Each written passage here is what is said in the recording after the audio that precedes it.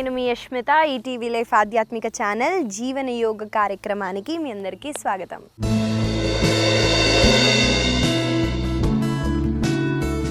ఎలా ఉన్నారండి మీరంతా? నేనైతే చాలా బాగున్నానండి. మీరు కూడా బాగున్నారని ఆశిస్తూ ఉన్నాను. ఎందుకంటే మనము జీవన యోగాని అలవాటు చేసుకున్నాం కాబట్టి. ఇవాళ మనం ఒక చిన్న కథతో మన ప్రోగ్రాన్ని మొదలు పెట్టేద్దామండి. ఈ చిన్న కథలో ఒక వ్యక్తి ఉన్నాడండి. ఆ వ్యక్తి దగ్గర మట్టితో చేయబడిన ఒక వెజిల్ కానివ్వండి ఒకటి ఉందండి. ఆయన ఏమనుకుంటాడంటే ఇది నేను రేపు పొద్దున్న అమ్మేసి డబ్బులు తెచ్చుకొని ఒక చిన్న కొట్టును పెట్టుకుంటాను, మళ్ళీ దాంతో ఇంకా పెద్ద షాప్ని పెడతాను, దీంతో నేను బిజినెస్ చేస్తాను అని అనుకొని అలా నిద్రలో పడుకుంటాడనమాట. పడుకునే పక్కన ఆయన ఆ వెజిల్ని పక్కన పెట్టుకొని పడుకుంటాడు. ఆ నిద్రలో ఒక తన్నాడండి, అది విరిగిపోయిన తర్వాత ఆయన లేచి బాధపడతాడనమాట. అయ్యో నేను అనవసరంగా అనుకున్నానే ఇలా అని, నేను ముందుగా అన్నీ ఊహించేసుకున్నాను అని.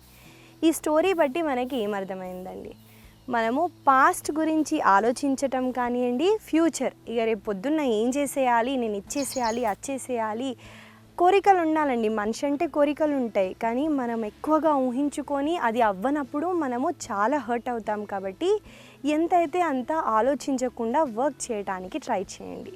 ఇవాళ మనము మన సాధనలో ముందుగా ప్రాణాయామ చేద్దామండి. ప్రాణాయామకి మనము సుఖాసనాలు కానివ్వండి, సిద్ధాసనాలో కూర్చుంటాము.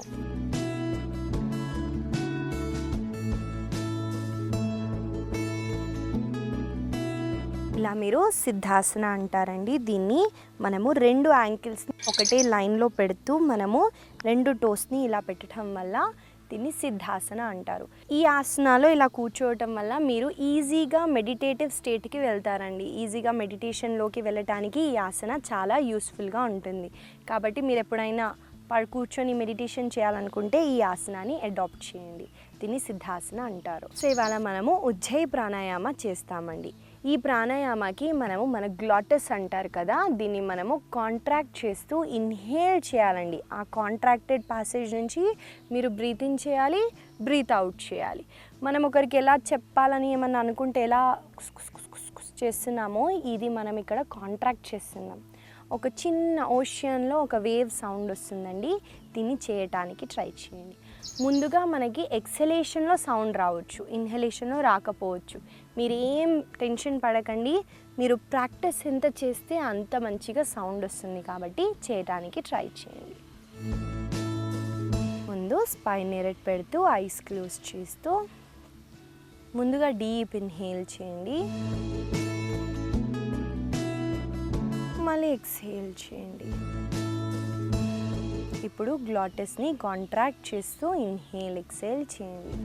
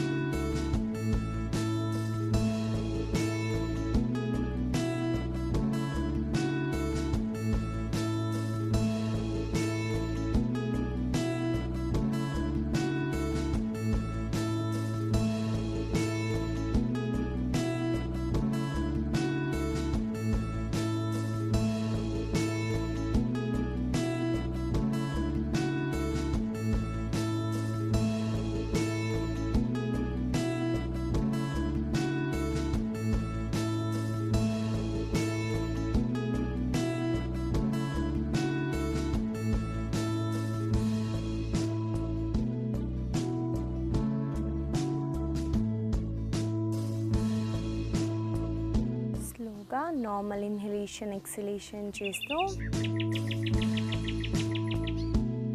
మెల్లమెల్లగా చేతుల దగ్గరికి పెడుతూ కప్ షేప్లో కళ్ళ పైన పెడుతూ మెల్లమెల్లగా కళ్ళని ఓపెన్ చేయండి. చూశారు కదండి ఉజ్జయి ప్రాణాయామ. ఈ ప్రాణాయామ చేసేటప్పుడు మీకు ఇక్కడ ఇబ్బందిగా ఉంటే మీరు ఆ సలైవాని లోపలికి తీసుకొని మళ్ళీ కాంట్రాక్ట్ చేస్తూ ఇన్హేల్ చేస్తూ ఎక్స్హేల్ చేయడానికి ట్రై చేయండి. మీరు ఈ ప్రాణాయామం వల్ల థైరాయిడ్ గ్లాండ్స్ని యాక్టివేట్ చేస్తూ మీకు థైరాయిడ్ ఇష్యూస్ ఉంటే దాన్ని మీరు రెక్టిఫై చేయొచ్చండి. కాబట్టి ఈ ప్రాణాయామాన్ని గుర్తుపెట్టుకొని ప్రాక్టీస్ చేయడానికి ట్రై చేయండి. ముందుగా గురకలేస్తే ఎలా వస్తుందండి, అలా సౌండ్ రావచ్చు, ఏం పర్లేదు, చేయడానికి ట్రై చేయండి. ఇవాళ మనము ఆసనాస్లోకి వెళ్ళిపోదాం.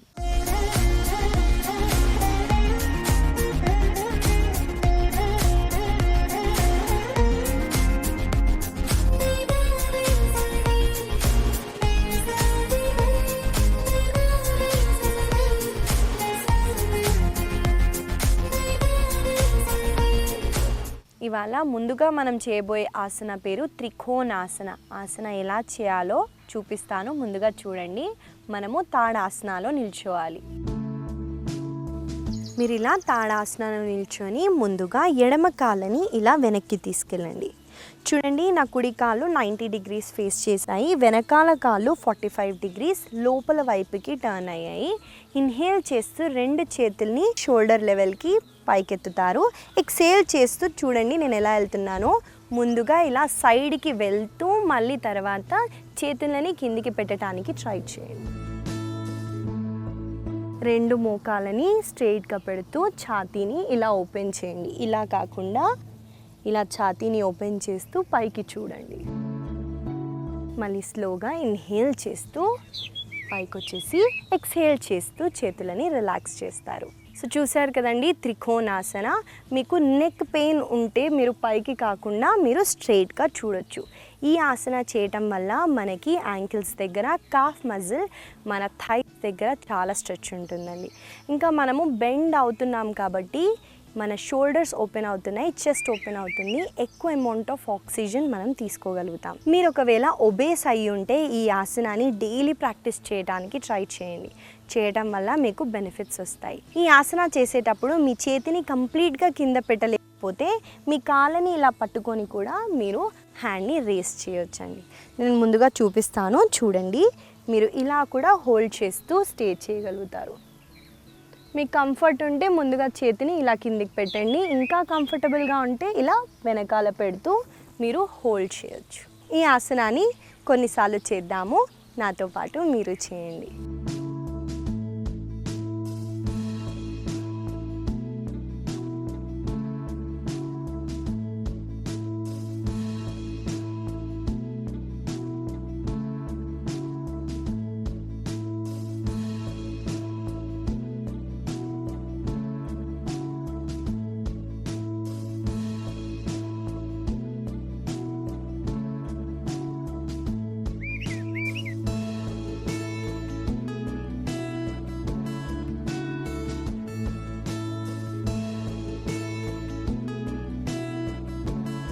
స్లోగా చేతులని రిలాక్స్ చేస్తూ ఇక్కడే యాంకిల్ పొజిషన్ని చేంజ్ చేయండి. సో చూసారు కదండి, నేను యాంకిల్ పొజిషన్ని కూడా చేంజ్ చేశాను. మళ్ళీ ఇన్హేల్ చేస్తూ ఎక్స్హేల్ చేస్తూ మీరు ఎడమ వైపున ఇలా ముందుకు వెళ్తూ చేతిని కిందికి పెట్టండి.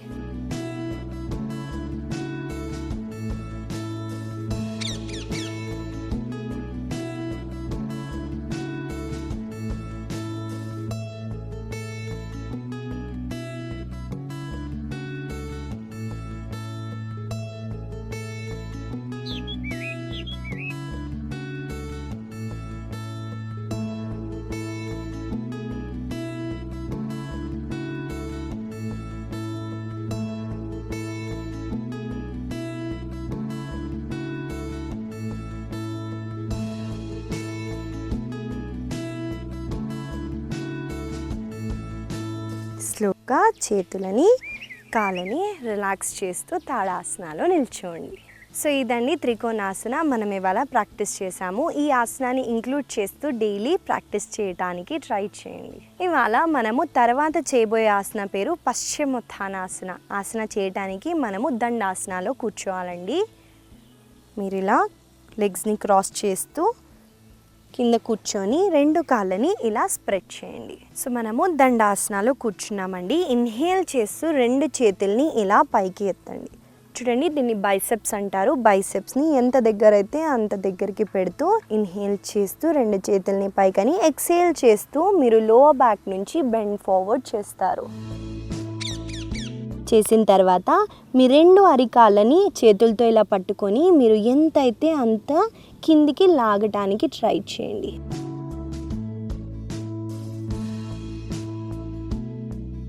స్లోగా ఇన్హేల్ చేస్తూ 2 చేతుల్ని పైకని ఎక్స్హేల్ చేస్తూ రిలాక్స్ అవ్వచ్చు. సో ఈ ఆసన మీరు లో బ్యాక్ నుంచి ఇలా బెండ్ ఫార్వర్డ్ చేయకపోతే ఏమవుతుందంటే, ఇక్కడ నుంచి ఇలానే వెళ్తే చూడండి నా స్పైన్ ఎలా ఉందో, ఇప్పుడు లోవర్ బ్యాక్ నుంచి బెండ్ అవుతే స్పైన్ స్ట్రెయిట్ ఉంటుంది. సో స్పైన్ని హంచ్ చేయకుండా ప్రాక్టీస్ చేయడానికి ట్రై చేద్దాం. ఈ ఆసన చేయడం వల్ల మనకి హామ్స్ట్రింగ్స్ దగ్గర చాలా స్ట్రెచ్ ఉంటుందండి. ఈ ఆసన మనము బెండ్ ఫార్వర్డ్ అయ్యేటప్పుడు మన అబ్డామినల్ మజిల్స్ని కాంట్రాక్ట్ చేస్తున్నాము, టోన్ కూడా చేస్తున్నాం. సో మన లివర్, మన కిడ్నీస్ని మనము స్టిమ్యులేట్ చేస్తున్నామండి. దానికి చాలా మంచిది. డైజెషన్కి కూడా ఈ ఆసన చాలా బెనిఫిషియల్. కాబట్టి ఈ ఆసనాన్ని మనము కొన్నిసార్లు ప్రాక్టీస్ చేద్దాము. నాతో పాటు మీరు చేయండి.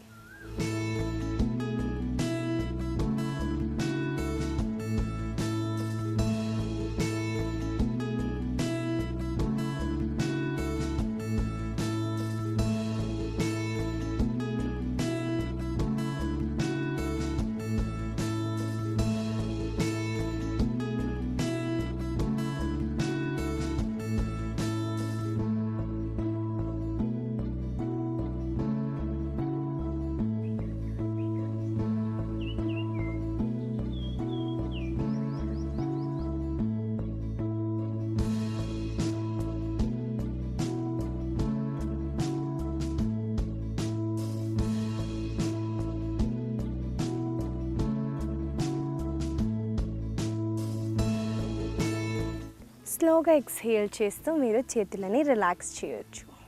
ఈ ఆసన చేయటం వల్ల మనకి ఈ భాగంలో ఉన్న కొవ్వుని కూడా మనము కరిగించవచ్చు. ఈ ఆసనాన్ని మీరు డైలీ ప్రాక్టీస్ చేయడానికి ట్రై చేయండి. మనము తర్వాత చేయబోయే 3 ఆసనాలు ఉన్నాయండి. హలాసన మనము ప్రాక్టీస్ చేసాము. హలాసనతో పాటు కర్ణపీడాసన, సూప్త కోణాసన, ఒకటే ఆసనాలో మనం ఈ మూమెంట్స్ చేస్తామండి. ముందుగా చూపిస్తాను చూడండి. ఫస్ట్గా అబ్జర్వ్ చేయండి, తర్వాతే మీరు ప్రాక్టీస్ చేయడానికి ట్రై చేద్దాం. నేను ఈ ఆసనాలోకి ఎలా వెళ్తున్నానో చూడండి. తర్వాత పైకి లేచిన తర్వాత నేను మాట్లాడతాను, ఎక్స్ప్లెయిన్ చేస్తాను. తర్వాత మనము కలిసి ప్రాక్టీస్ చేద్దాం. దీనికి మనము లైయింగ్ డౌన్ పొజిషన్లో ఉంటామండి. మన వీపు వైపున పడుకోవాలి.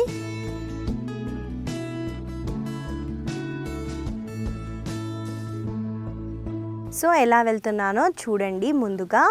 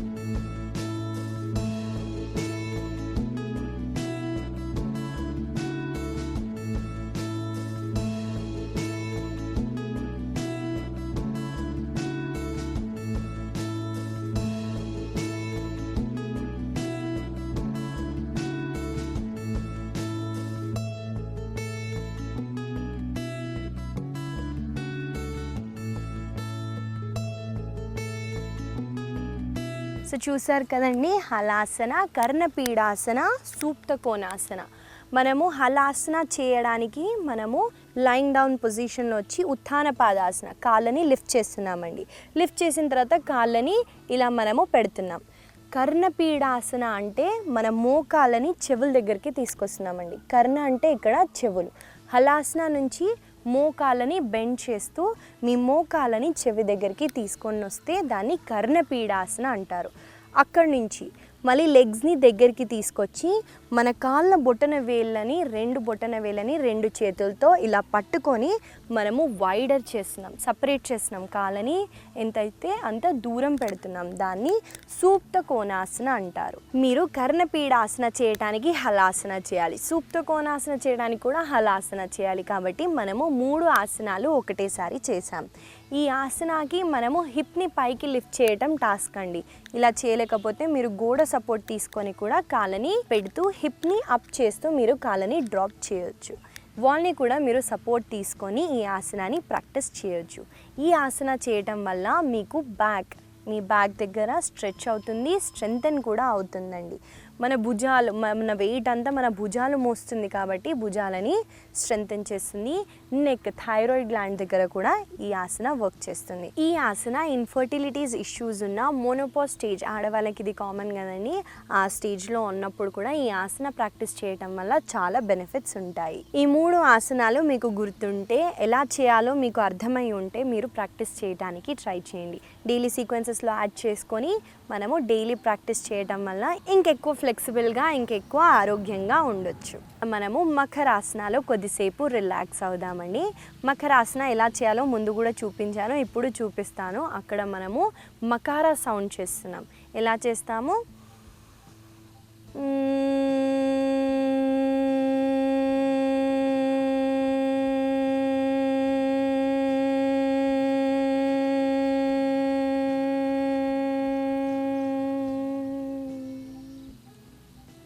ఇలా మనము మకారా సౌండ్ చేద్దామండి. దానికి మనము మన పొట్ట వైపున పడుకోవాలి. చూపిస్తాను చూడండి. పడుకున్న తర్వాత 2 హీల్స్ని ఇలా లోపల వైపున, కాళ్ళ వేళ్ళని ఇలా బయట వైపున పెడుతూ మీరు చేతుల్ని ఇలా సైడ్కి పెట్టి మీ చీక్ని, దీన్ని చీక్ అంటారు కదండి, దీన్ని మనము ఇలా కింద పెడుతూ మకారా సౌండ్ చేద్దాము. ఇంకా ఎక్కువ రిలాక్స్ ఫీల్ అవ్వడానికి మీ ఎడమ మోకాలని ఎడమ చేతి దగ్గరికి తీసుకొని రండి. ఇప్పుడు మకారా సౌండ్ చేద్దాము.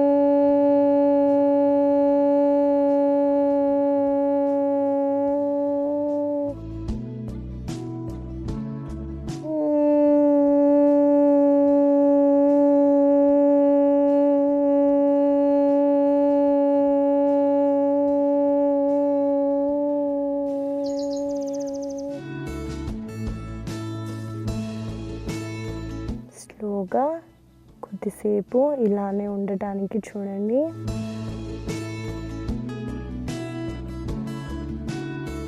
మీ మైండ్లో చేంజెస్ ఉంటాయి, అబ్జర్వ్ చేయండి.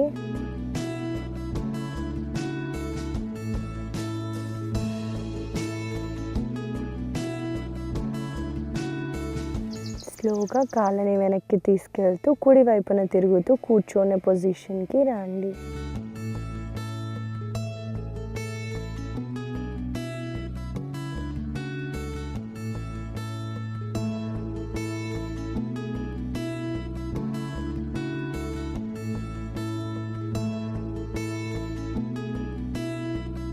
ఇవండి ఇవాళ మన ఆసనాస్. ఇవి గుర్తుపెట్టుకొని మీరు పొద్దున కానివ్వండి సాయంత్రం వేళల్లో ప్రాక్టీస్ చేయడానికి ట్రై చేయండి.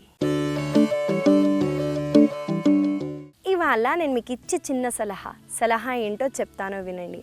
ఆకలేస్తేనే అన్నం తినాలంటారు కదా, కానీ కొంతమంది టైం అయిపోయింది అని ఆకలి వేయకపోయినా మీరు తింటారు. అలా తినటం వల్ల మీకు ఇండైజెషన్ ఇష్యూస్ వస్తాయి. మీ కడుపు చెప్తుందండి ఆకలి వేసినప్పుడే తినండి. మీకు రాత్రి వేళల్లో మీ ఫుడ్ డైజెస్ట్ అవ్వలేదని మీకు అర్థమైందనుకోండి, ఒక గ్లాసుడు జ్యూస్ తీసుకొని తాగేసి పడుకోండి. హాయిగా ఉంటుంది, లైట్గా ఉంటుంది కాబట్టి మంచి నిద్ర కూడా పడుతుంది. లేదు నేను అన్నమే తింటే నాకు స్ట్రెంగ్త్ వస్తుంది, అన్నం తినకపోతే వీక్నెస్ వస్తుంది అని అంటారు కదా, అది తప్పండి. అలా చేయటం వల్ల మనము మన సిస్టమ్ని ఇంకా పాడు చేస్తూ ఉంటాం. కాబట్టి ఈ చిన్న సలహాని మీరు ఫాలో అవుతారని అనుకుంటూ ఆశిస్తూ మళ్ళీ కలుద్దాం.